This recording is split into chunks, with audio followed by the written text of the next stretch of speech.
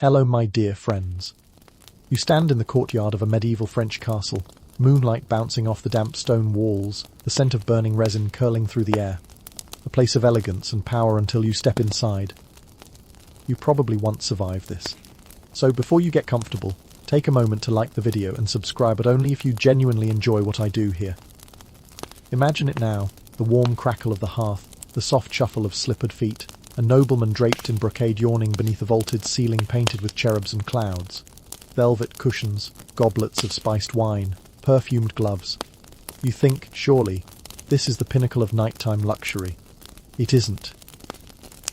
Now, dim the lights, maybe turn on a fan for that soft background hum. And let's ease into tonight's journey together. You pass under a pointed archway, and the smell hits you, an aromatic clash of rosewater, stale sweat, rotting rushes, and the unmistakable tang of chamber pot leftovers. This is no forgotten cellar. This is the bedchamber of the Countess. She smiles faintly from her massive, canopied bed as a page boy fans her with a turkey feather. There's lavender in the air, yes, but there's also something else. Something sour, animal, persistent. You smell history, and it stinks. You walk deeper. Thick tapestries muffle your footsteps. Each one tells a tale: knights, saints, unicorns. All a distraction from the fact that those heavy drapes also trap the room's breath, centuries of it. You touch one with your finger. It's damp, greasy, possibly alive. The illusion is strong. Castles were engineered to impress, stone walls as thick as a man's arm, gilded ceilings, marble floors. But these monuments to power were also freezing, humid, crawling with vermin, and layered in the slow decay of unwashed human existence.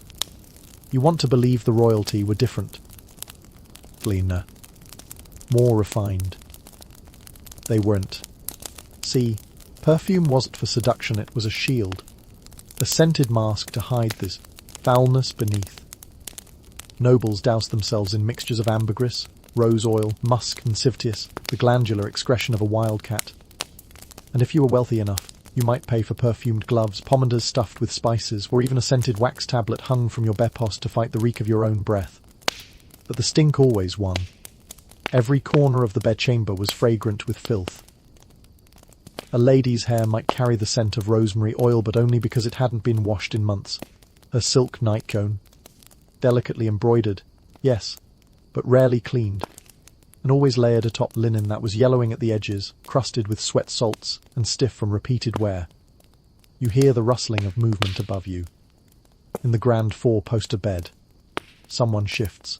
The mattress is stuffed with straw and horsehair. The sheets are fine linen, maybe even silk, but that doesn't stop the mites.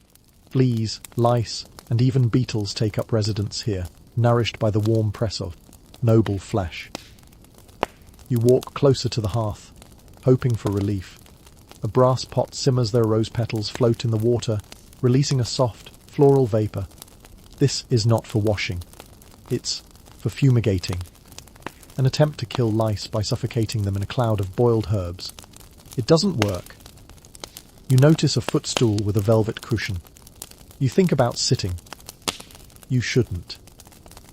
That velvet is nearly black from years of skin oils and ash. And that faint white powder, crushed lice, or flour, or both. And yet, in this space, every stain is beautiful. The cracked porcelain bowl on the washstand, imported from the East. The dented silver cone, family heirloom. That overpowering smell of cloves and vinegar. It's not cleaning fluid, it's vinegar of the Four Thieves, a homemade tonic believed to ward off disease. More magical thinking than hygiene.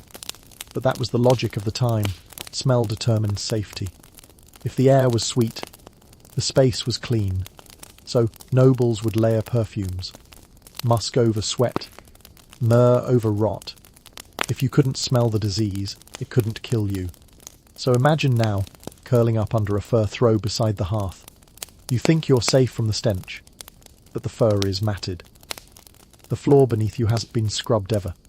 Beneath your fingers, the stone feels gritty. Crumbs, ash, mouse droppings. It's all part of the ambience. You shift onto your side, cheek against a cushion. You wonder why it feels so slick. You lift it. It's damp on the underside. A sleeping servant must have drooled there earlier. Or maybe something else spilled. Or leaked. Because here's the secret.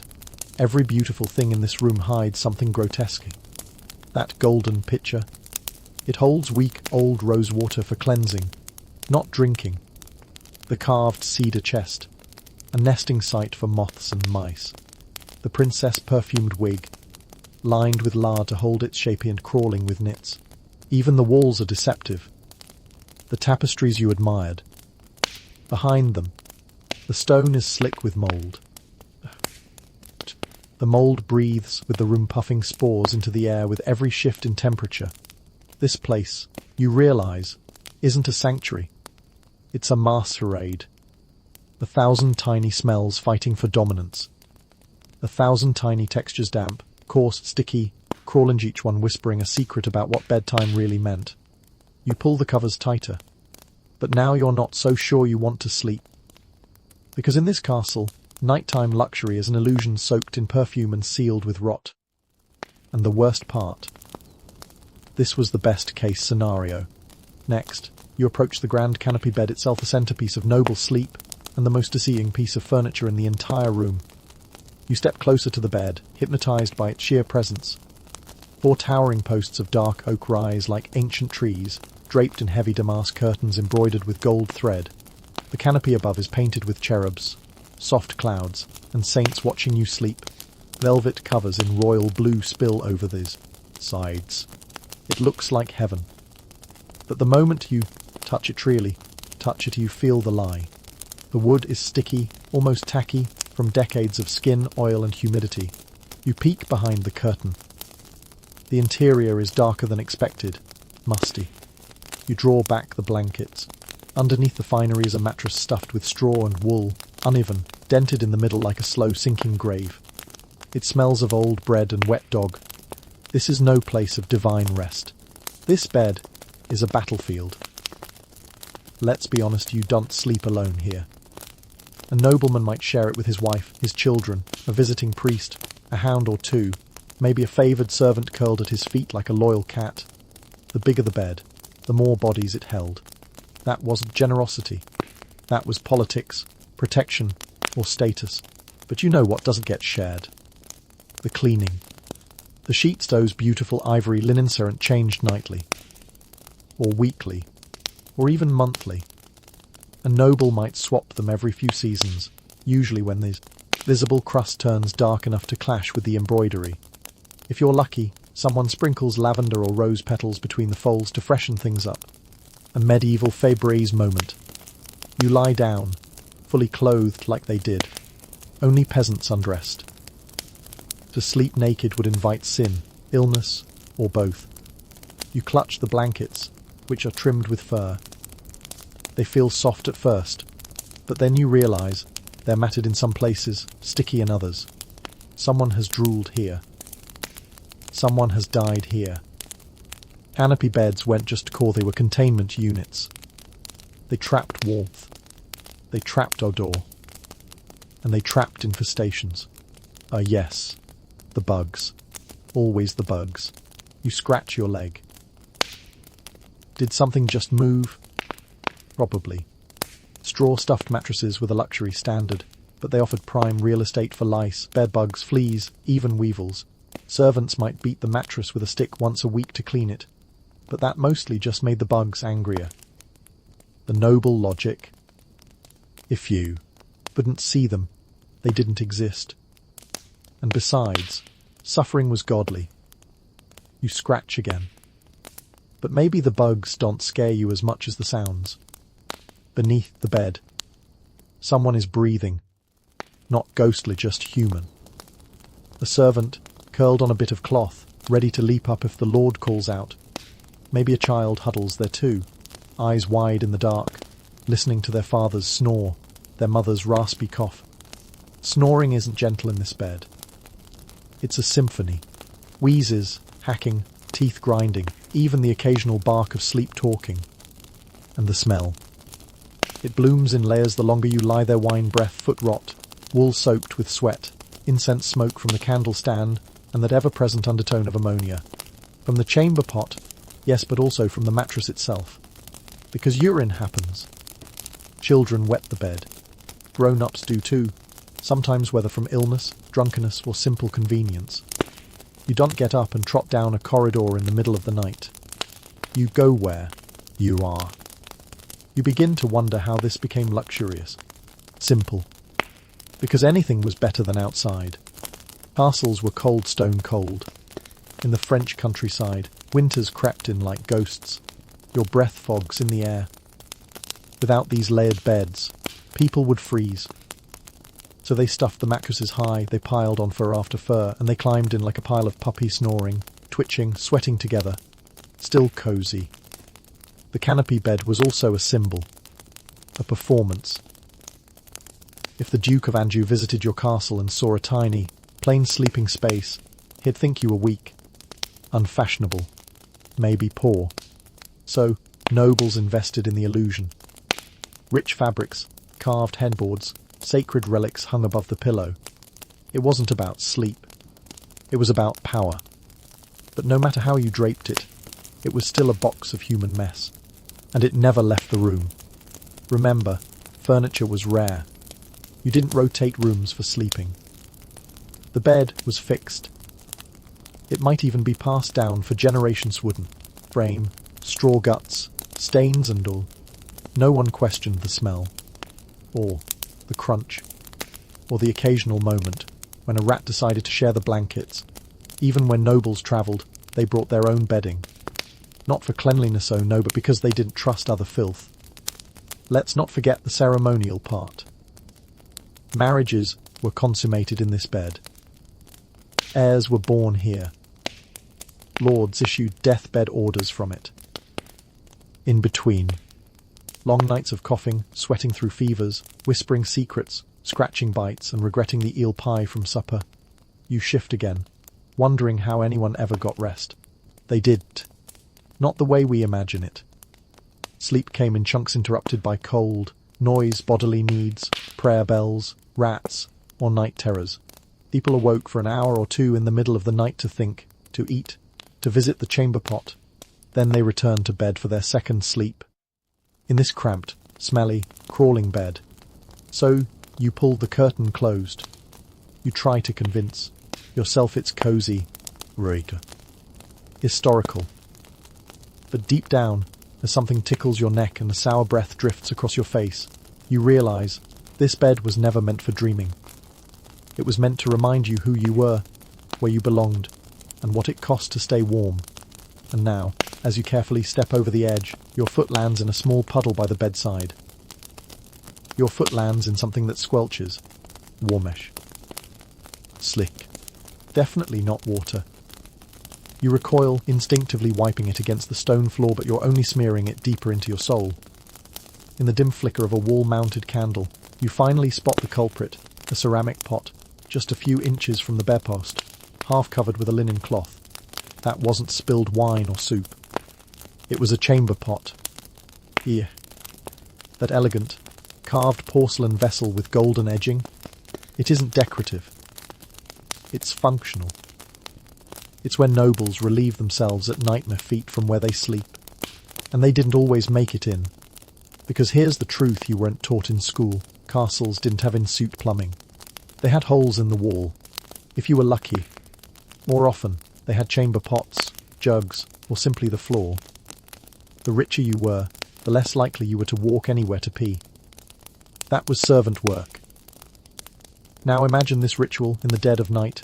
A count sits up groggily, sweeps his feet across the stone floor, and reaches for his pot. No lantern. No ray. No dignity. Sometimes he misses. Sometimes he doesn't bother. The servants will deal with it in the morning. Until then, it sits, pungent, evaporating, settling into the air, mixing with the stew of sweat and musk already lingering in the room. You glance again at the chamber pot. It's not empty. It's also not alone. See, in some castles, you'd find two vessels. one for urine, one for excrement. Both equally neglected. They might be covered with fragrant herbs, lavender, myrtle, rosemary to mask the scent. They might not be covered at all.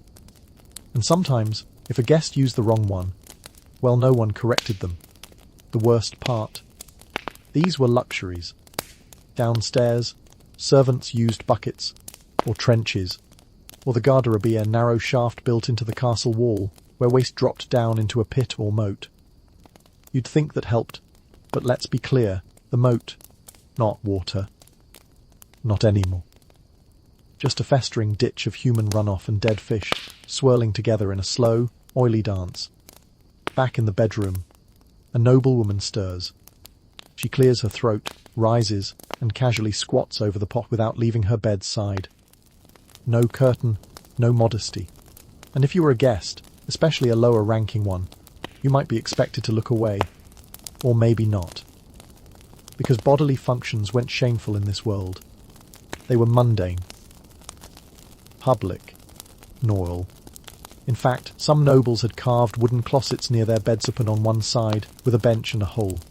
Nothing private about it. Some even held court while relieving themselves. Imagine hashing out land disputes while the Duke relieves himself mid-conversation. That's what authority smelled like. And if you were a guest, well, hope you brought your own pot. Many nobles travelled with a personal chamber pot, often silver or pewter, engraved, even enamelled. They went cleaned thoroughly. Rinsed, maybe. Emptied, eventually. But no one used soap.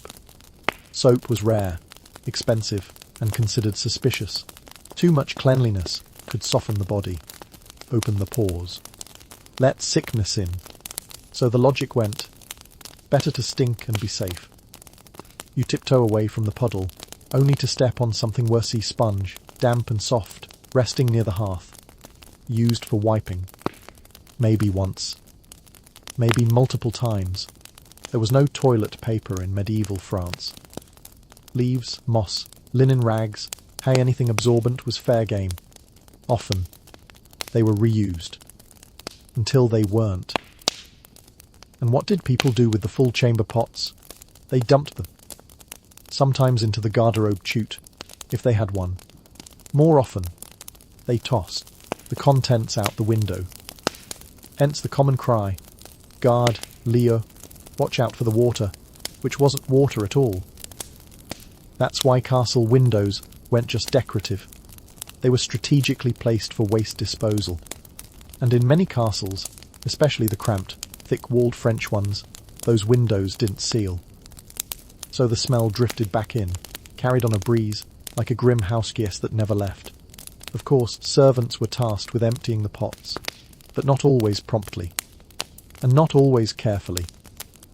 You'd hear the clank of ceramic in the early hours, the shuffle of feet, the occasional muttered curse when someone spilled a bit too close to the Lord's boots.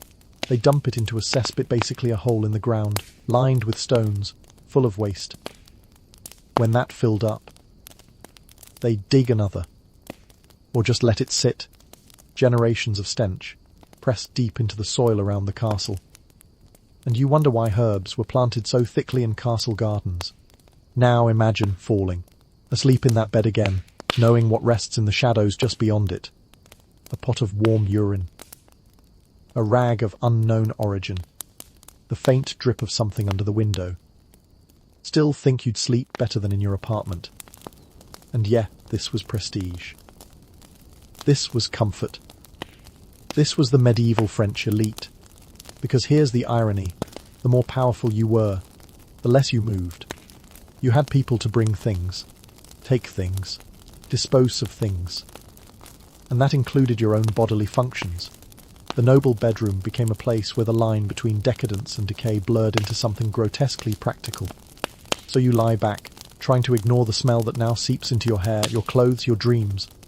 But it won't be long before the sheets themselves begin to tell their own story. You try not to breathe through your nose. You really do. But the scent still finds your rising from the bedclothes like steam from a swamp. It curls into your nostrils with the stubbornness of cooked cabbage left on a windowsill in July. Not foul in the modern sense, just sour, earthy, towy, alive. Welcome to the secret life of noble sheets. You see the shimmering bed linens and assume royalty must have had it better. Silk, embroidery, maybe even monogrammed initials stitched in golden thread.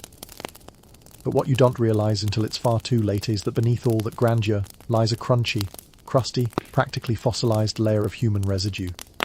Because noble sheets weren't just used. They were seasoned. That's not a metaphor. Let's start with what the sheets were made from. If you were lucky, linen woven from flax, breathable, naturally light in colour. If you were truly decadent, imported silk. But silk stains, and neither linen nor silk survives well without washing, which, unfortunately, was a rare event.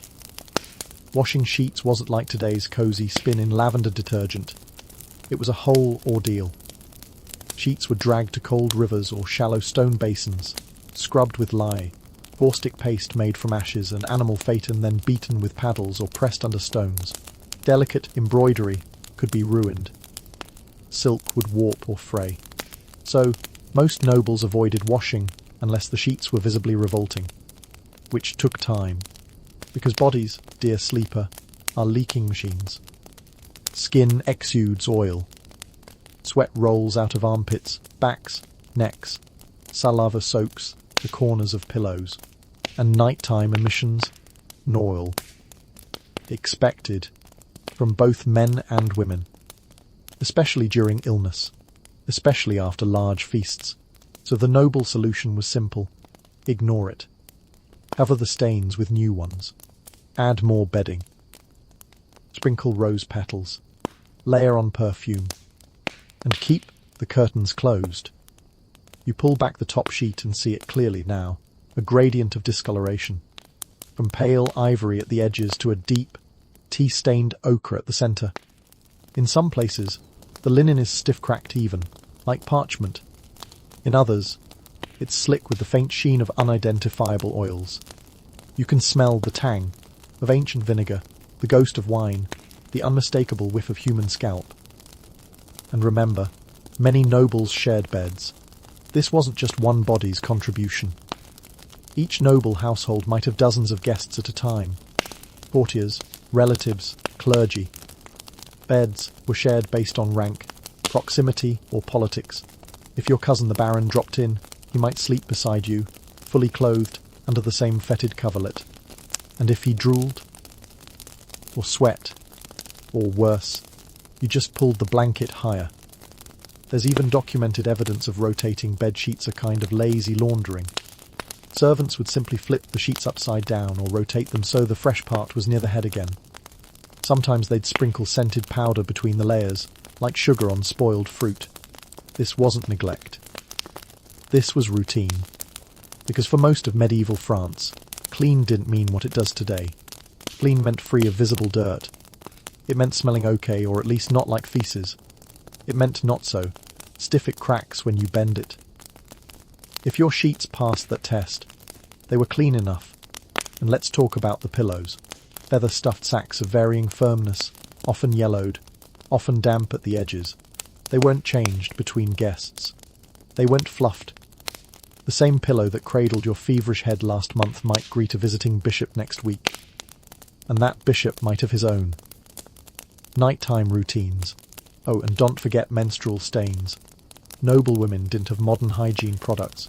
They used folded cloth, rags, bits of wool, even moss tucked into linen pouches. Leaks happened. Often. And the bedding absorbed everything. Period blood. Childbirth residue. Postcoital messes. A medieval mattress was a living record of every bodily function imaginable. And you slept in it. The logic, again, was not indifferency, it was practicality. Laundry was labour. Massive, water-heavy, frostbitten finger labour. Servants had better things to do than scrub another nobleman's pillow drool. So long as the room looked presentable to the visiting duke, the internal filth could be ignored. And sometimes embraced. In fact, it was believed that your personal scent carried your essence. Some lovers would sniff the bed sheets their paramours had lain upon, praising the musk. The deep, earthy smell was considered virile, potent.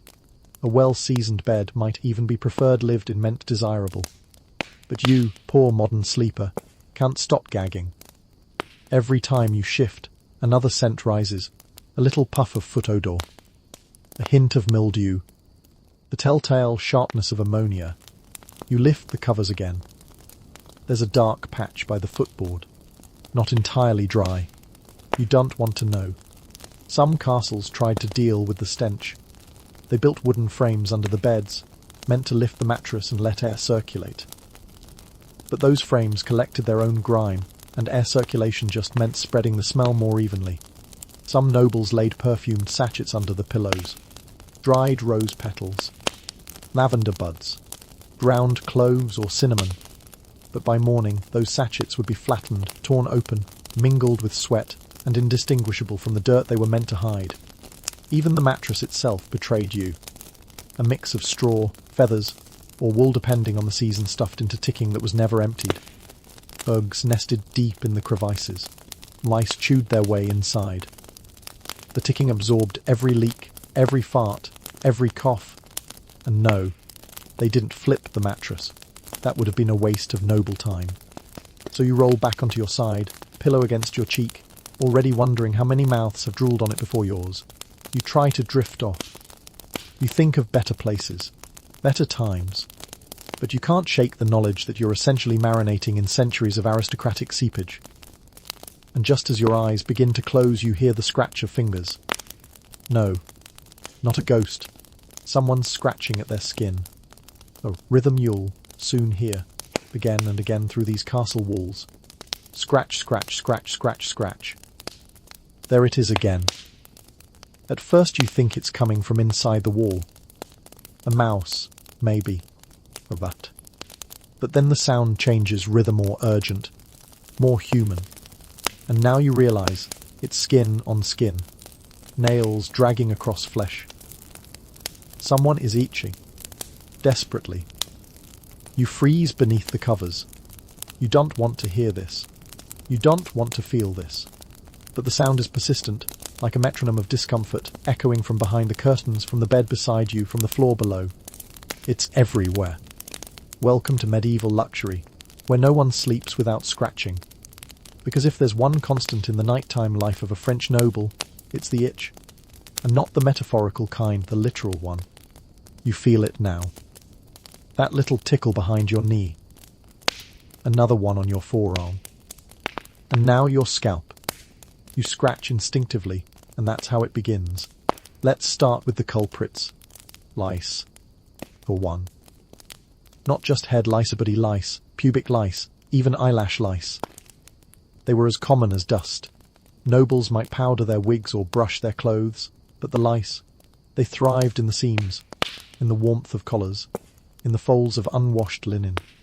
They especially loved beds, because remember, those sheets you're tucked under haven't been laundered in months. That fur blanket hasn't seen sunlight in years. It's not just harbouring lice, it's a louse metropolis. You scratch your ankle again. Then there are fleas, brought in by the dogs that sleep at the foot of the bed, by the rats that crawl through the garderobes, by the servants who clean or dump the rooms. The fleas hop from body to body, bedding to bedding, leaving bites that swell, redden, and itch until you bleed. And there's something else. Banj. Scabies. Skin rashes of unknown origin, some bacterial, some fungal, all deeply unpleasant. The high humidity of castle interiors, the lack of bathing, and the heavy, unbreathable fabrics meant skin rarely got air. Once an irritation started, it spread. And everyone scratched. But no one dared say it out loud. Instead, the nobility found polite ways to manage the discomfort. Gloves, for instance, lined with wax or soft cloth to prevent them from tearing their skin during sleep. Little stick-stitching wands, if you like, used to poke at problem areas under layers of clothing without having to fully undress. You see one now, resting near the bedpost. Ivory, delicately carved, shaped like a swan's neck. Elegant, but used for scratching lice eggs out of the hairline. So refined, Some nobles even had dedicated scratching servants, pages who brushed their hair, fluffed their furs, and discreetly attended to the needs no one wanted to mention. Madame, shall I brush the seam of your chemise? A delicate euphemism for? Do you want me to chase off the parasites? The logic behind all this? Parasites were just part of life. Some even believed they were divine punishmenta. Paradoxically, divine protection. After all, if the lice were biting you, maybe they were distracting you from worse ailments. If you itched, it meant you were alive. You reach for the side of your neck. Another bite. You imagine the nobleman who last slept here doing the same, reaching down his silk tunic, scratching at a rash he called winter's itch, and muttering about the cursed damp air. What they couldn't know, was how these infestations spread disease. Plague. Typhus. Fevers. The bugs carried more than just discomfort. They were tiny deliverymen of death. But to the nobles, they were nuisances, nothing more. And sometimes, even pets. There are recorded cases truly of courtiers joking about their personal fleas, of writing little poems about their bites. A noblewoman might tease a suitor about which part of her body her familiar had visited. Disgusting. Yeah. But romantic, too, in a grim sort of way. You dig your nails into your shin now, and a flake of skin comes loose. Or chewed? You don't want to know. You just need relief. But there's no balm here. No hydrocortisone. Just the endless medieval scratch, interrupted only by the slapping of another nobleman's hand across his back in frustration. You consider bathing. But you remember what that means. A basin of cold water. Maybe tepid if you're important. Poured over your skin with a cloth dipped in vinegar and herbs. No soap. Certainly no scrubbing. And absolutely no full immersion unless it's a holy day or you're recovering from childbirth. So the bugs stay. Because again, bathing too often was thought to weaken the body.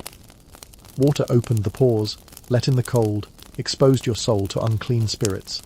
Better to stay covered, perfumed, and gently rotting than to risk illness by being too fresh. You scratch again, and again. And now, so does the guest in the room beside you. You hear him mutter under his breath. A sneeze. A sigh. The rustle of sheets. Outside, an owl hoops. Inside. It's a chorus of itches. Even the servants are scratching. Their rags are no cleaner. Their straw pallets are just as buggy, but they don't hide it.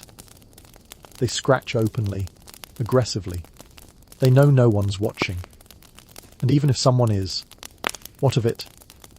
It's the nobles who suffer in silence are cloaked in brocade, seething under lace, pretending the itching is a dream. But it's not a dream. It's a nightly ritual, part of the castle's rhythm, as natural as prayer or supper, as familiar as the candlelight flicker against the stone wall. And just as you're about to drift off again, worn down by fatigue, you feel the unmistakable tickle of something crawling up your inner thigh. Sleep tight. But maybe don't let the bed lice bite. And as you curl up tighter, trying to ignore the itch, the door creaks softly.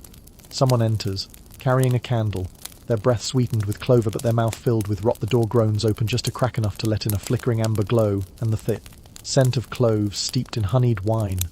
A shadow slips in. A servant. A lady in waiting. Hard to tell.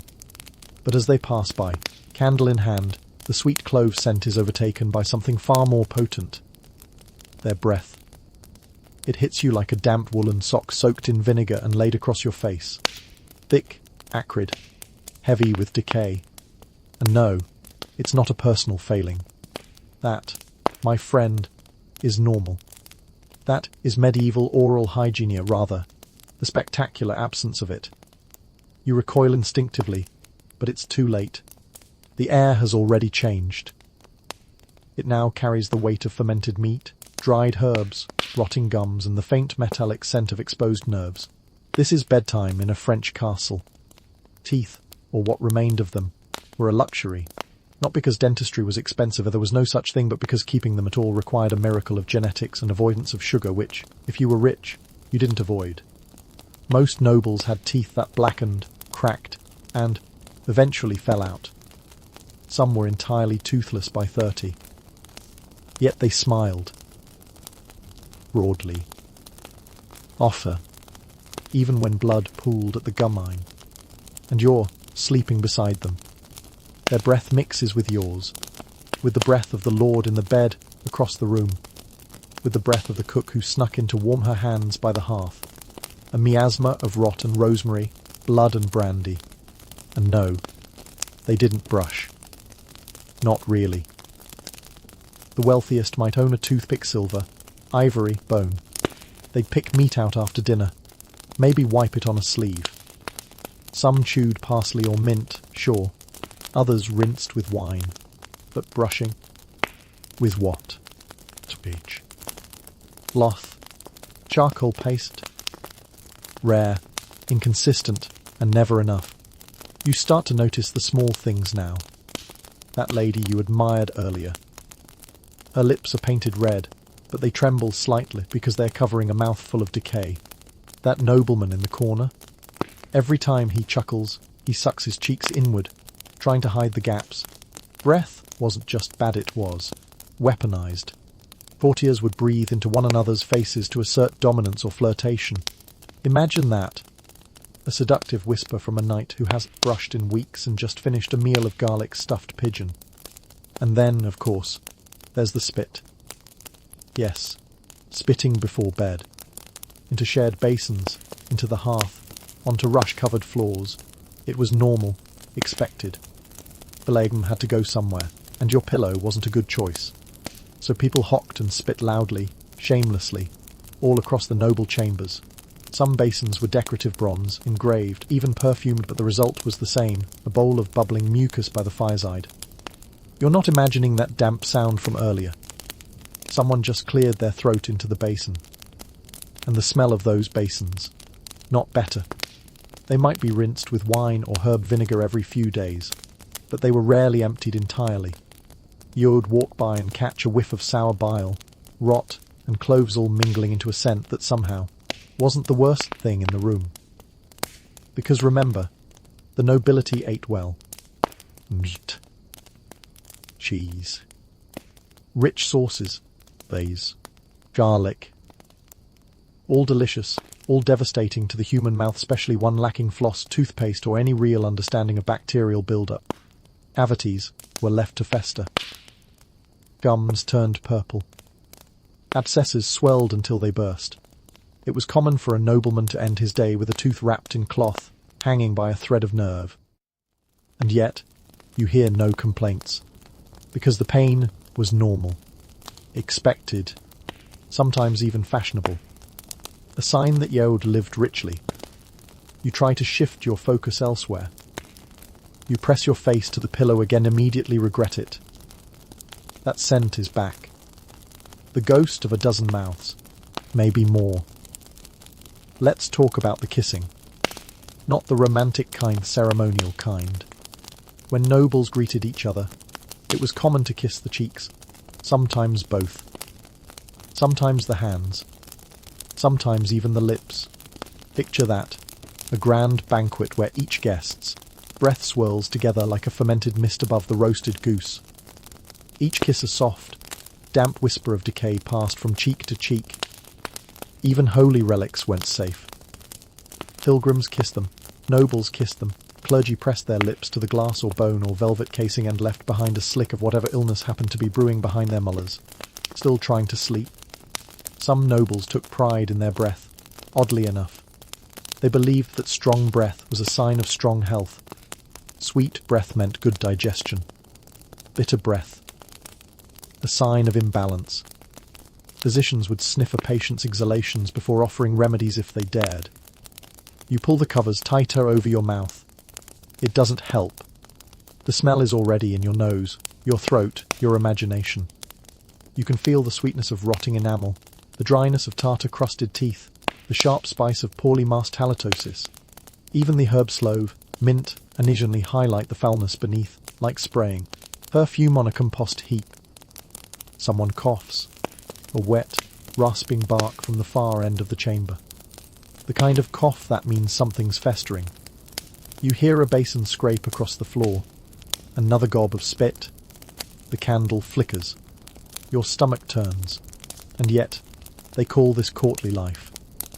Because, once again, appearances mattered more than realities.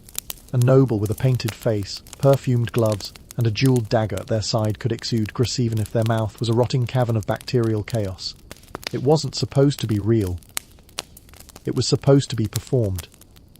You try to focus on the distant sound of a lyre in some other room, the creak of the wooden beams, the rhythmic wheeze of the man snoring beside you. But all you can think of is that clove-sweet, blood-tinged, wine-soaked breath drifting across your face. And it's not going away. You roll onto your back, hoping for a breeze. Instead, you hear something worse, a soft laugh. Then a whisper. Then the unmistakable shuffle of someone slipping into a bed that's not theirs. You freeze. The whispering grows closer, two voices now, hushed but giddy, the sound of slippered feet shuffling over stone and rushes. Then the telltale creak of a bed frame under unfamiliar weight. A soft gasp. A shared giggle. Someone has just snuck into the wrong bed, or the right one, depending on your perspective. This is not an accident. This is courtly life. And in a French medieval castle, the beds weren't just for sleeping. They were for scheming, for seducing, for climbing ladders not of linen, but of power. You peek from beneath your crusty coverlet, just enough to glimpse a silhouette sliding under the fur, throw 2 pallets over. That bed was already occupied. And yet, no protest, no scolding. Just a rustle, a shifting of limbs, perhaps even an eager invitation. Because here's the dirty secret hidden beneath those pristine tapestries. Noble beds were communal spaces, not just for rest, but for deals, gossip, trysts, and manipulation. And sometimes, all of the above. You weren't guaranteed privacy, not even as a lord, and especially not as a guest. If you were of low rank, you might be assigned the stone bench near the hearth or simply told to curl up on the rush-strewn floor. Maybe a pile of hay in the corner, if the chambermaid was feeling generous. Your beddie, whatever you brought with you. Your warmth, whatever body lay nearest. But you never questioned who was sleeping where. You couldn't. Because bed space was political. Sharing a bed with someone wasn't just a matter of necessity. It was a declaration. If the Count of Foix invited the visiting Duke of Berry to share his bed, it was a gesture of trust and alliance. A public message disguised as a private arrangement. And if a servant curled at the end of that same bed, it wasn't charity, it was strategy. A human alarm. A convenience. A scapegoat. You might think the nobles were immune to this chaos. They weren't. Rank dictated your spot, but not your solitude. In fact, the more powerful you were, the more likely you were to be surrounded. A noble couple might sleep together one night and apart the next, depending on who needed to be seen with whom. A lady might be joined by her favoured knight under the guise of a night prayer or shared warmth. A squire might share space with his master for training or protection. All under the same roof. All under the same fleas. And when nighttime intrigue demanded discretion, the castle played along. Tapestries muffled footsteps, curtains obscured forms, torches were snuffed, candles blown out. A cloak thrown over one's nightclothes was all it took to become invisible.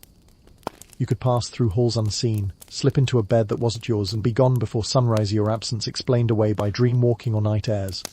And no one asked questions. Well, almost no one. You roll over, trying not to listen, but it's hard to ignore. The creaks, the sighs, the whispered secrets. This isn't just passion. This is politics. Because sleeping with someone literally, or otherwise, meant access. Not just to flesh, but to influence. Pillow talk revealed alliances, resentments, military plans. In the glow of a tallow candle, lords and ladies spilled what they'd never dare say aloud at court. And sometimes, the bedding itself told the story. A damp pillow, slightly ajar curtain, perfume where there shouldn't be any servants noticed. Rumours started. Loyalties shifted. And the next morning's breakfast was laced with more tension than the meat pie. But still, the beds were shared. Because warmth was scarce. And pleasure. Even scarcer. With no central heating, a stone-walled room in January felt like a crypt. So bodies pressed together under layers of matted fur and stained linen, sometimes out of affection, often out of convenience, and occasionally out of ambition. And then, of course, there were the unwelcome bedfellows. A lower-ranking guest might be placed at the foot of a noble's bed, head pointed toward the edge like a loyal dog. A page boy might curl against the wall, beneath a woven shawl. These weren't accommodations, they were reminders of status. Physical hierarchies you felt as you slept. And when the lord of the castle grew ill, you didn't leave the room.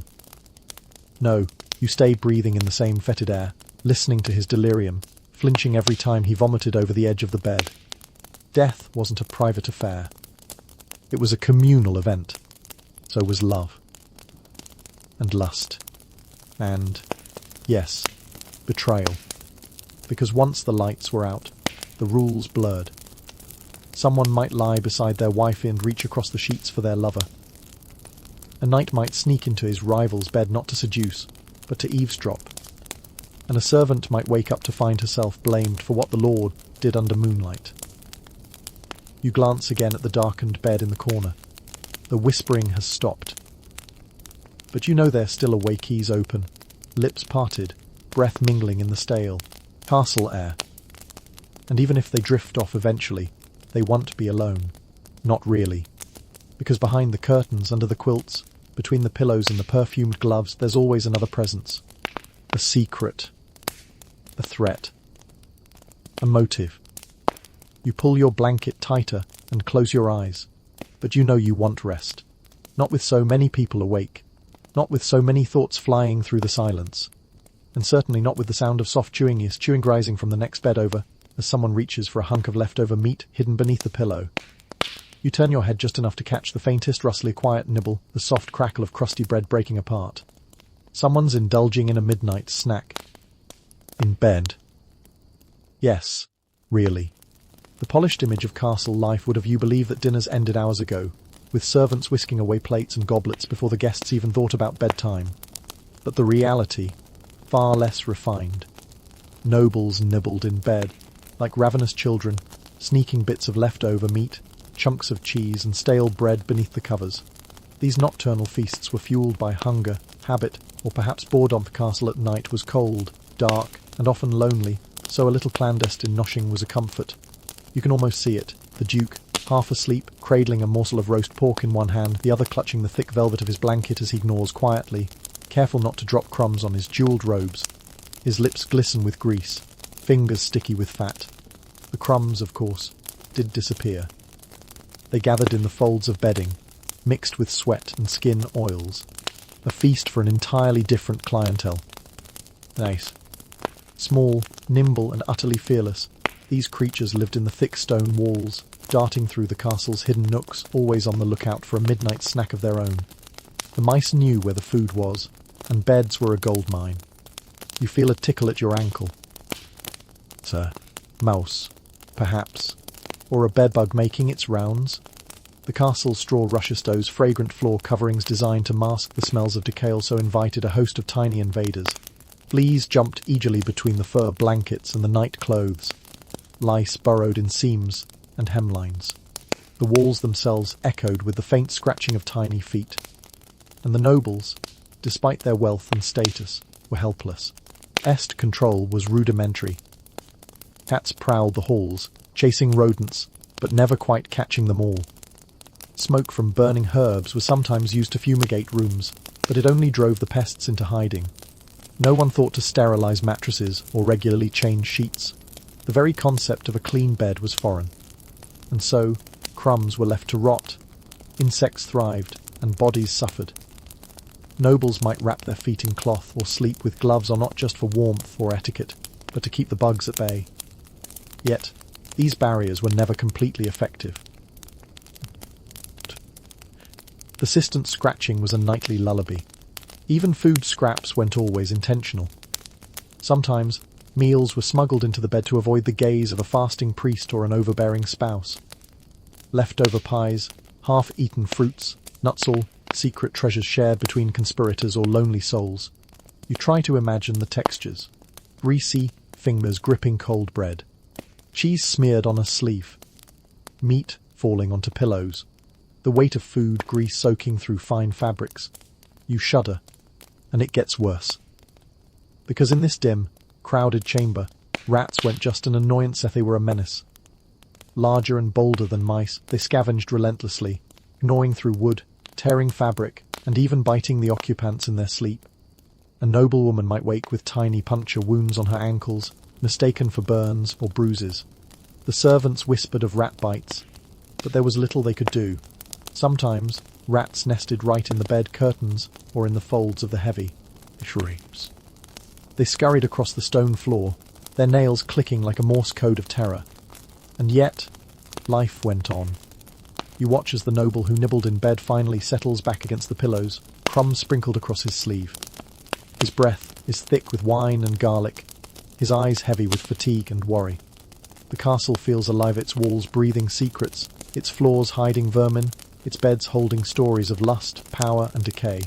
You pull the covers tighter and close your eyes, but the night is far from silent. Somewhere in the shadows, a cat meows, a dog snores, and a servant mutters curses at the state of the floor. And through it all, the unrelenting itch returns. You scratch again, then settle as best you can. Because in this medieval castle, even the quiet moments carry a symphony of discomfort. But tomorrow, the grand hall will fill with laughter and music, and the stench will be hidden behind painted smiles and gilded masks. For now, you lie awake, tangled in a bed both regal and revolting. The night stretches on, and somewhere nearby, a drawer creaks, open, sound of gloves being removed after a long day's wear.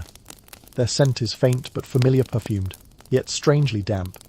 You remember those gloves, steeped in strange solutions and secrets, hold their own mysteries.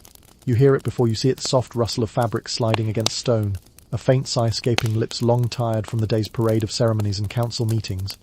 Nearby, a small wooden box creaks open, revealing a pair of gloves, silken, embroidered and soaked in the faint, lingering scent of musk and something else, something sharp. These are noble gloves, but not the kind you imagine. In medieval France, gloves were status symbols, yes, but they also carried a secret. They were sometimes steeped overnight in urine or ammonia-based concoctions. This wasn't madness or cruelty. It was hygiene, or at least the medieval approximation of it. You wrinkle your nose, but lean closer, curious despite yourself. The gloves smell pungent, a sharp, acrid tang mixed with sweet floral notes.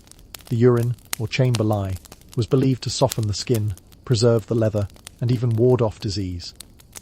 A stinking barrier against decay. The gloves rested on a small stool beside the bed, where the lady of the house removed them each night before crawling beneath her layers of velvet and silk. She'd slip her hands free, wash them with vinegar and rose water if she could afford it, and let the gloves air out for the night. But what happens inside those gloves?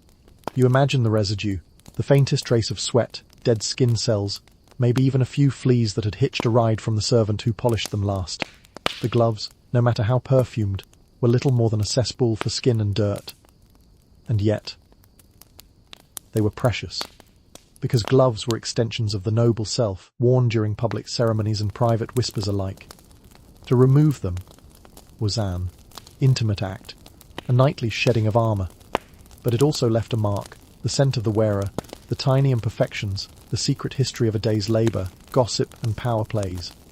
You think about the contrast, the delicate embroidered gloves resting beside the bed, perfumed and dignified, and the reality beneath, skin unwashed, calloused, pocked with sores from scratching, bitten raw by insects. The gloves, for all their beauty, were also a prison. And the lady who wore them, she wasn't free from the castle's filth any more than you are.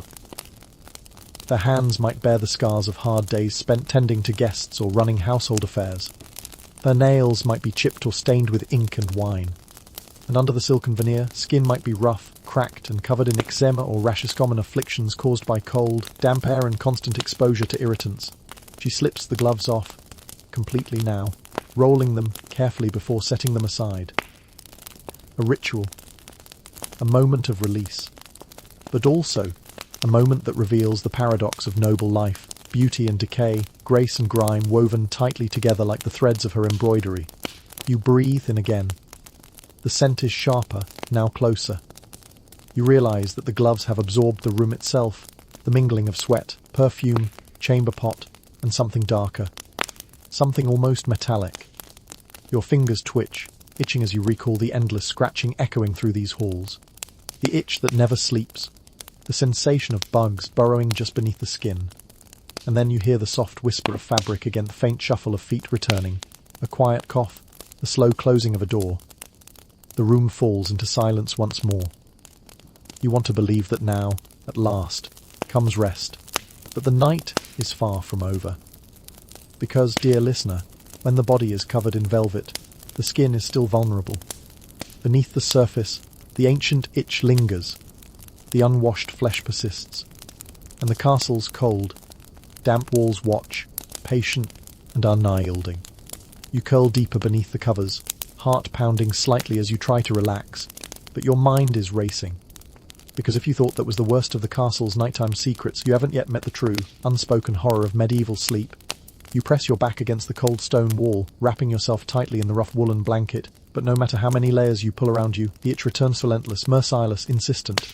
This is the true curse of medieval noble sleep, the ceaseless, maddening itch caused by the vermin that call these beds home.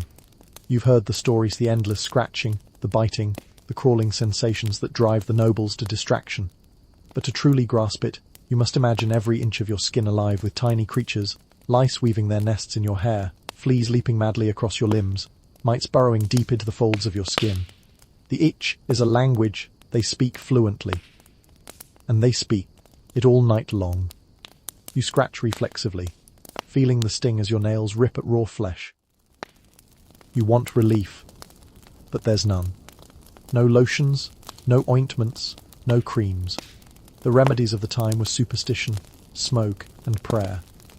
A brush of herbs, a quick fumigation with juniper smoke, or a whispered incantation to ward off evil. The bugs laugh. Your eyes dart to the dark corners of the room where shadows twist and breathe. You imagine the tiny armies marching across the bedding, devouring the dead skin cells you shed, feasting on your sweat and blood, weaving a tapestry of discomfort. Even the finest silk nightgowns offered no defense. The insects burrowed beneath the layers, hidden from sight, but felt everywhere. You remember the gloves from earlier, steeped in urine and musk, meant to soften the skin. But that solution also softened the defenses of the flesh, making it more inviting to the parasites. A paradox wrapped in silk and stink. The itch is a punishment, but also a companion.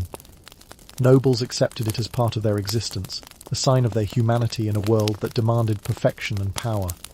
You recall the servants you heard scratching earlier, their gruffer, more open discomfort echoing in the hallways. They didn't have the luxury of perfumed masks or ornate gloves.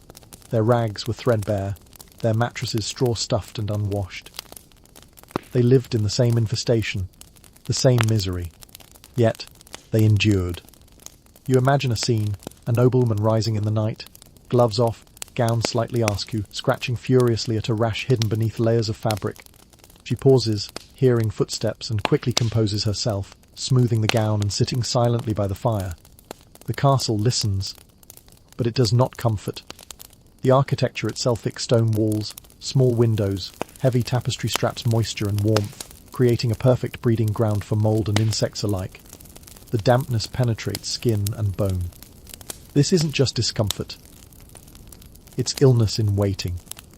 Fever, plague, scabies, and worse all found their beginning in the crawl space between linen and flesh. The bugs weren't just nuisances. They were carriers of death. You rub your neck, feeling a small bump, a flea bite, a scowl. You're not sure anymore. And as exhaustion finally pulls you towards sleep, you realize the profound loneliness of this bed, the isolation within the crowd, the desperate search for comfort in a world rife with decay. But the castle never truly sleeps. Outside, the wind whistles through battlements, a mournful, ghostly sound that mingles with the distant howls of wolves. Inside, the fire crackles low, casting flickering shadows that dance like restless spirits across the walls. You breathe in deeply, willing the smells away: sweat, the musk, the faint undertone of rot. You close your eyes, imagining the next dawn, when the stench will be masked again by powders and perfumes, when the bugs will retreat into hiding, and the nobles will don their masks once more. But for now, the itch remains.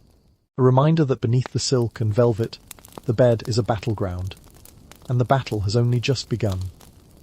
As you sink deeper into this restless night, you become aware of another subtle presence, one that isn't scratching or snoring, but breathing, the servant curled beneath your bed. A shadow in the darkness, a quiet shape pressed close to the cold floorboards, hidden by thick curtains and layers of fabric. Yes, servants often slept beneath their master's bed, sometimes by choice, sometimes by necessity. Their pallet was a humble one, straw scattered on the floor, a coarse wool blanket, and the cold stone pressing up against their backs. No canopy, no velvet drapes, no perfumed sheets. You imagine the servants' world shrouded in darkness, listening to the rustling of nobility above, the whispered conversations and soft sighs that filled the chamber. Their breath mingled with the same stale air, their skin equally vulnerable. To the castle's pests, it's a silent existence, one where comfort is a distant luxury, and warmth is stolen from the heat radiating from above. Yet, the servant must be ready at a moment's notice to bring a cup of wine, fetch a blanket, or answer a call. They are the invisible presence, the unsung guardian of comfort and order. But what of their own discomfort? The servants did not escape the infestations. Their straw pallets teemed with fleas and lice just as much as the silk-lined beds above. The itch was a constant companion, and their exhaustion was deeper for it. You feel a creeping empathy. The servant's night was perhaps more grueling than the noble's, not for the lack of luxury, but for the absence of any. The noble may have endured filth and discomfort wrapped in silk, but the servant endured it naked, exposed, and forgotten. And yet, they survived. You think about the unspoken relationship between master and servant at night, an uneasy truce of proximity and distance. Servant close enough to hear every whispered secret, every hushed conversation, but invisible enough to remain unseen. Sometimes, these silent witnesses became confidants. Sometimes, they overheard plans that would change kingdoms. And sometimes, they bore the blame for the very things whispered in their presence. You shiver, feeling the cold floor beneath your fingers, imagining the servant's back pressed against it. You imagine their ragged breath, their itchy skin, their restless dreams. Outside, the castle holds its secrets tightly, but beneath the floorboards, the night speaks in whispers. You close your eyes and hear again the soft creak of the door, the rustle of fabric, the sigh of the fireplace. You remember the canopy bed looming overhead, the chamber pot waiting by the bedside, the gloves steeped in strange concoctions, all of it weaving together into a tapestry of night, a world where luxury and squalor coexisted in uneasy balance, where beauty was a mask for decay and where sleep was a precious, elusive prize. You drift toward a restless slumber, knowing the castle will watch over you but not protect you, because in this ancient fortress, comfort was a lie. And the night held more than just darkness. It held the truth. You awaken suddenly, not to sunlight but to the muffled sounds of movement, a soft rustling nearby, the low murmur of voices, hushed but urgent. Someone is moving through the shadowed corridors of the castle, slipping between chambers like a ghost. You lie still, trying to listen without being heard.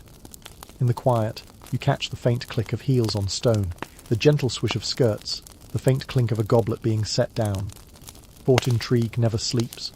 The castle at night was a theatre of whispers and secrets, and the bedchamber was its stage. Nobles schemed beneath their furs, weaving plots as tightly as their embroidered tapestries. Alliances were forged in the half-dark, broken by whispered insults in the deep silence between handles. But it wasn't just politics. Love, lust, jealousy, and betrayal were all played out in these cramped, smelly rooms. The bed was a battleground not just of sleep, but of power, desire, and danger. You remember the sound from earlier, the door creaking open, the soft footsteps, the scent of clove and rot. Someone was sneaking into a bed that wasn't theirs. A lover? A rival. You imagine the scene, two figures pressed close beneath the heavy blankets, sharing more than warmth. Whispered promises, threats veiled in honeyed words, the soft rustle of silk against skin, the sharp intake of breath. And in the next room, another figure listens, eyes open, heart pounding, because privacy was a fragile thing in a castle. Curtains offered illusion, but walls held secrets. The thick tapestries muffled voices, but did not silence them. And the servants? They heard everything. They saw everything. You try to imagine the complex dance of trust and suspicion that played out here each night. A noblewoman sharing her bed with a trusted advisor while her husband sleeps nearby, feigning ignorance. A knight sneaking into a rival's chamber to steal documents hidden beneath the mattress. A servant carrying whispered warnings from one chamber to another. The night was alive with secrets. And in the middle of it all, the bed was both sanctuary and trap. You remember the pestering itch, the sour smells, the unwashed flesh beneath the velvet, the shared breath, the rustling sheets, the muffled sighs. You wonder how anyone could sleep. But sleep they did. In fits and starts, interrupted by fear, desire, need, and the cold. You close your eyes, imagining the weight of these invisible dramas pressing down on the occupants of the castle. Tomorrow, the great hall will fill with music and laughter. Masks will be donned, and the filth will be hidden once more beneath layers of perfume and silk. But tonight, the truth is awake, and it won't let you rest.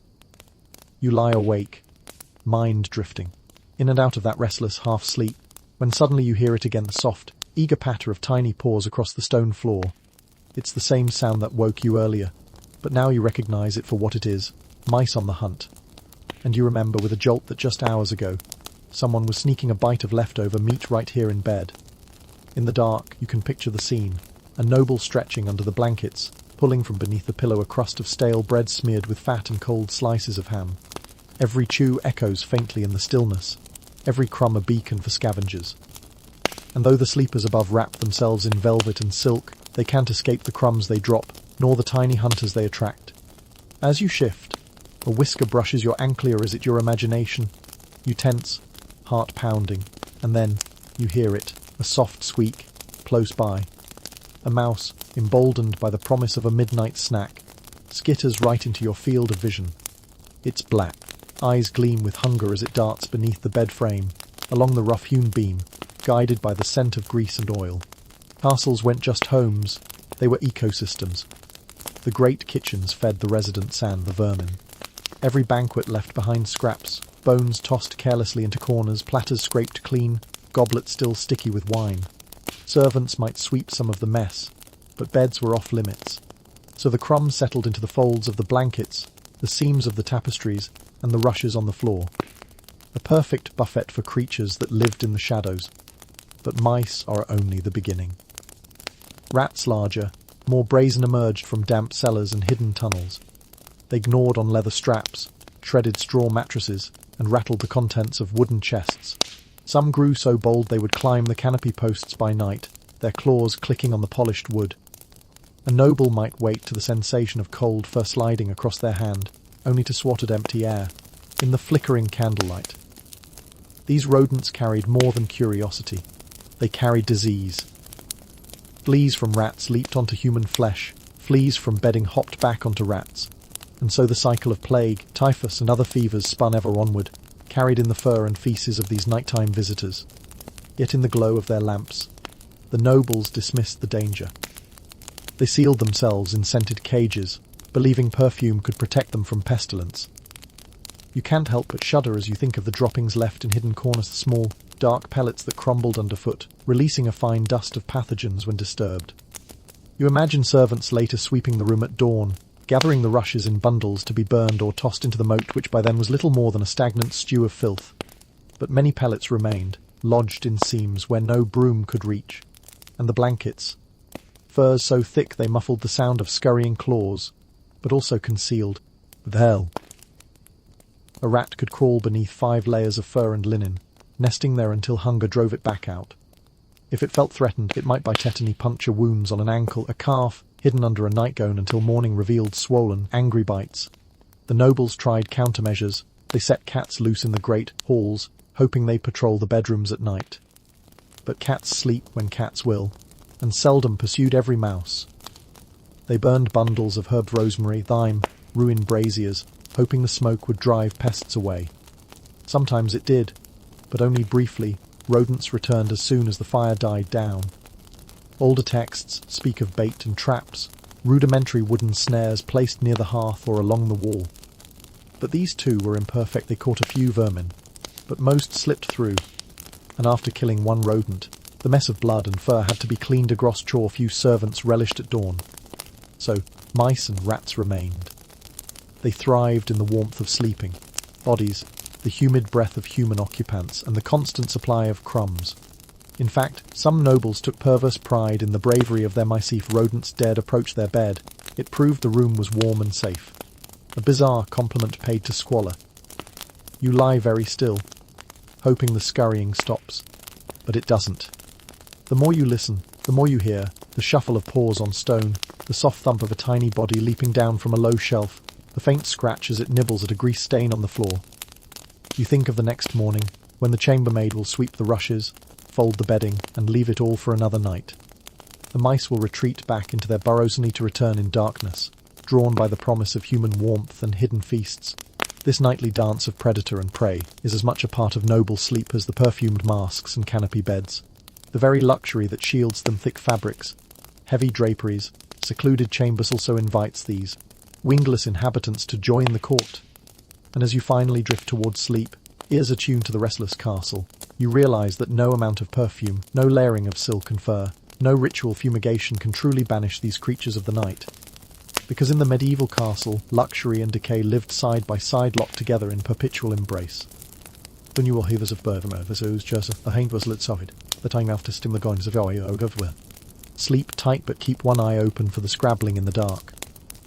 On the morrow, the great halls may resurrect a million tales of grandeur, but tonight, the silent rulers of the castle claim dominion. And their feast has only just begun. You shift in your bed, and at the edge of your vision you catch the faint silhouette of the servant's pallet beneath the canopy. A humble array of straw, a frayed wool blanket, and a single threadbare pillow so close you could reach out and touch it, yet worlds apart in comfort.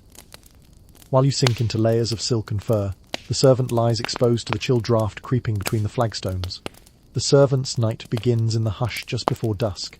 Before firelight softens the stones, they carry fresh water to the basin, refill the chamber pot, and lay out the straw rushes. Then, when you and the other nobles recede behind the drapes, the servant crawls beneath the bed frame, steps light and practiced, settling into a space barely large enough to lie flat. Here, there is no canopy to trap warmth, no velvet drapes to offer privacy. Only the scratch of straw and the whisper of gowns above. If the master shifts suddenly or the lady coughs, the pallet creaks under the pressure of bedposts and blankets. Sometimes the servant must still their breathing, freeze in position, until the snores and sighs above resume their rhythmic comfort. Yet this proximity serves a purpose. In the nights of winter chill, body, eat is precious currency. By slipping into the cold, cramped hollow beneath the bed, the servant warms the floorboards and the bed frame. That rising heat gently radiates into the mattress, offering you a measure of comfort you would otherwise lack. It is an act of service born of necessity and of the rigid hierarchy that orders castle life. But necessity does not erase suffering. As the servant lies on the straw, fleas and lice swarm into every fold of their clothing. Their blanket favors the insects, and when they scratch, they draw only stares or hushed admonitions if discovered. There are no perfumed sachets for them, no nightly fumigations. Their only defense is endurance. You hear a faint cough beneath you, perhaps the servant, or perhaps another guest. Either way, the dank air circulates down here, stagnant and heavy with the same odours that plague your lofty perch: sweat, stale wine, chamber pot, and the whisper of mould crawling in the corners. Your blanket may be layered with scents of rose and violet, but they drift downward, seeping under the bed and stinging the servant's sense of smell like a sour betrayal. And yet, the servant remains. They have no choice. In this world, station is destiny. A bed beneath a bed is their low-to testament to the social order that bolsters grand halls and gilded portraits, even as it crushes human dignity in the dust below. The servant's night is punctuated by tasks, even while they lie in near darkness. If the master stirs, the servant must be ready to fetch a cup of warmed wine, to hold a candle while the noble attends to the chamber pot, or to pass a note to the visitor who slipped in for secret counsel, all without disturbing the fragile peace of sleep above. Imagine the strain of this vigil, head pressed to cold straw, ears attuned to every creak of wood, every muted footstep, every hushed whisper. The servant hears the secrets you share under the blankets, plans for marriage alliances, accusations of treachery, confessions of desire. They lie beneath you like an eavesdropper by design, absorbing your words while the palace sleeps. If a rat or mouse scurries through the room, a not uncommon occurrence, the servant must remain silent, stifling a gasp, for any sound could betray their presence. If they shift abruptly, the bed frame might groan, the mattress might creak. So they lie so still they might be mistaken for a crate of supplies hidden in shadow, breathing so shallowly that the pattern of their chest barely rises. Night drips slowly for them. Hours stretch into an endless vigil until the first glow of dawn seeps through the arrow slits. At last, the servant slips out, stiff-jointed and exhausted, carrying away the chamber pot, brushing away stray rushes and drawing the curtains open to let the smoke and stale air escape. Then, only then, does the servant step into the light and join the world above her, still clad in the night's grime, still bearing the physical toll of a vigil beneath luxury. No silk to hide beneath, no canopy to protect, only the coarse fabric of their tunic and the memory of the cold stone against their back. You wait to a soft knock as the servant enters to draw your blankets back. You feel the warmth they generated, a quiet gift of sacrifice. Yet as you rise to greet the new day, you carry none of their burden in your memory, only the residual comfort of a bed warmed by another's suffering. This is the hidden cost of your comfort, the lives lived in your shadow, a quiet vigil that sustains your dreams at the expense of another's rest. As you step out into the morning light, the castle hums back to life, courtiers polishing armor, pages carrying messages, minstrels tuning lutes, while the servant retreats to their meagre quarters to begin their own daily toil. In this realm of grandeur and decay, the servant's bed beneath yours is the truest reflection of medieval hierarchy, visible in its invisibility, essential in its erasure. You smooth the folds of your robes and breathe deeply, savoring the warmth and forgetting, for now, the whispered vigil beneath the bed. Because tomorrow night, and every night, the servant will return silent, unseen, and steadfast while you sleep in gilded illusion, oblivious to the world beneath the world. You lie back, chest rising and falling against the press of velvet, but darkness envelops you like an ocean of ink. No moonlight slips through these thick walls, no shaft of dawn pierces the gloom, only the glow of sputtering tallow candles and the restless flicker of hearth fires. You reach out, expecting the soft curve of a nightstand or the cool rim of a basin, but your hand meets only emptiness. Welcome to the smothering darkness. The glamour of a candlelit castle at night is intoxicating, dancing shadows on carved beams, walls painted with saints and angels, the comforting warmth of flame bringing stone to life. You imagine secret alcoves bathed in golden light, tapestries glowing with colour. It's a feast for the eyes until you notice the smoke curling in lazy columns toward the ceiling, thick as mist. That smoke doesn't vanish, it clings to every surface, a grey patina on wood and stone alike. In the pitch black, every sound magnifies. The drip of water from a leaking roof tile, the soft scrape of rodent claws on a chipped flagstone, the dull groan of settling beams. But the real danger is the air itself. Smoke fills your lungs with each breath, stinging your throat, making your eyes water. It coats your lungs with soot, an invisible stain you'll carry day and night. Noble illusion insists that fireplaces burn pure, that chimneys whisk smoke away, but in reality those narrow flues clog with creosote. The poison seeps back into the room, lingering in the air until dawn. You cough, shudder, then pause, listening for the crackle of flames. The hearth's glow is comforting, yet it's also the source of this choking haze. Candle smoke accumulates in the low ceilings above your bed, swirling in ghostly eddies. Each breath you draw brings a whisper of ash, a reminder that the same element that brings light also brings darkness. The logic of the time. Fire was life. Without it, you'd freeze to death. No one considered the slow burn of smoke inhalation, the chronic cough of a castle dweller, the blackened lungs hidden behind regal collars. Health was measured by social standing, not by breath or heartbeat. Your hand drifts to the braided tassel of the canopy. You tug, hoping for a glimpse of the outside world, maybe moonlight on stone, but the heavy drapes stay stubbornly closed. Nobles believe tightly drawn curtains preserved heat. They didn't realize they also trapped fumes, condensed moisture, and fostered mold growth on the underside of every fabric. You shift and feel the brush of a damp patch on your pillow. Mold spores descending from the smoky rafters have landed here, mingled with saliva and sweat. That velvety fabric, it's a sponge for fungus. Beneath this softness lies the seabed of respiratory illness, a patient killer that thrives in the humid, dimly lit corners of your chamber. A distant owl hoots, a mournful note that echoes through the corridors. You imagine yourself in the heart of the castle's living organism, walls breathing, floors pulsating, darkness alive with hidden movements. Every inhalation draws in ancient particles of soot. Every exhalation sends out a plume of your own carbon. You are part of the cycle, trapped in a room that both protects you from the cold and suffocates you in its warmth. Yet even as you gasp for air, you recall the display of prestige, high-backed chairs by the hearth, ornate sconces carved with fleur-de-lis, the gilded candelabra on the mantel.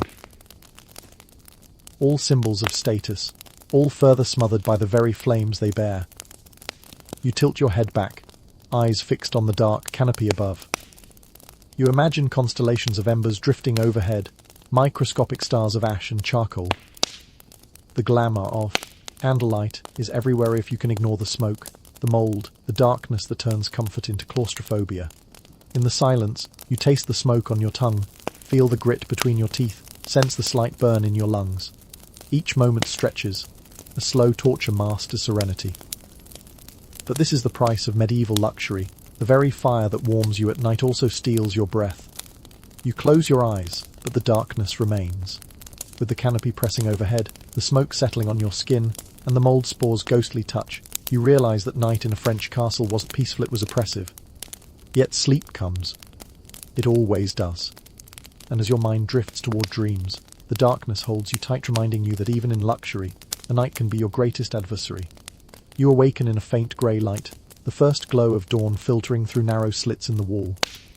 The still air smells less of smoke and more of damp stone and stale straw. Your breath comes easier now, though the memory of the night's suffocating haze lingers in your lungs like a stubborn ash. The fire has died down, leaving only smouldering coals that hiss softly as a last breath, their warmth fading into the cool morning air. In the hush before breakfast, you run a hand over the canopy drapes, feeling the cool damp fabric beneath your fingertips. The once grand tapestries that enchanted you with saints and unicorns now loom heavy, their rich colours muted by layers of soot and mould. You realise that the castle's grandeur is a fragile veil lifted, even slightly, and the reality of damp decay presses in. Yet as you dress, you feel strangely comforted. The night's trial sitching, rot, rodents, squalor and smoke have passed, leaving you more alive to the world's sensations. The rough bite of morning air against your skin, the distant call of a rooster, the faint promise of fresh bread and strong ale in the great hall all feel infinitely sweeter after the ordeal. Brush a lock of hair back and inhale deeply, tasting crisp hope instead of choking soot. Step by step, you leave the chamber behind, pausing to smile at the servant who bursts in to draw back the curtains and light a new candle. Their faces weary but kindly. In their own way, they've endured the same night's horrors, unseen beneath the floorboards. You offer a soft nod of gratitude, a fleeting acknowledgement of their silent vigil. As you cross the threshold, the castle transforms. Sunlight glints on polished armour, laughter echoes off frescoed walls, and the scent of roasting meat drifts from the kitchens. Masks of painted faces return, and the illusions of power resume for another day. But you carry more than dignity, you carry the memory of a night unmasked, of a world beneath the glamour, of the darkness that tested your every sense. Now, as you step into the courtyard, you breathe deeply, letting the fresh air cleanse the last whispers of smoke. You know that when night falls, again, you will return to the velvet bed, the canopied sanctuary, and the silent smoke above.